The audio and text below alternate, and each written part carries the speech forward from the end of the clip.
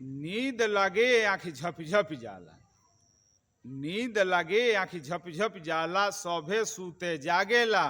आ बड़हन होखे चाहे छोटहन होखे सबका भूखिया लागेला, बड़हन होखे चाहे छोटहन होखे सबका भूखिया लागेला। सुख दुख सबका पर बाटे, सुख दुख सबका पर बाटे, समय आवेला चापेला।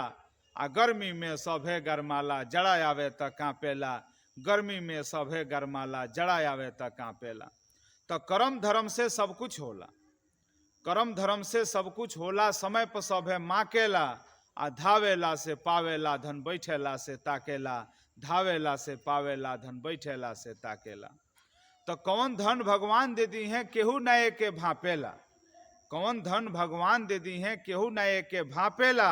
आ दीहल धन भगवान के पाके सभे ढांप के राखेला, दीहल धन भगवान के पाके सभे ढांप के राखेला।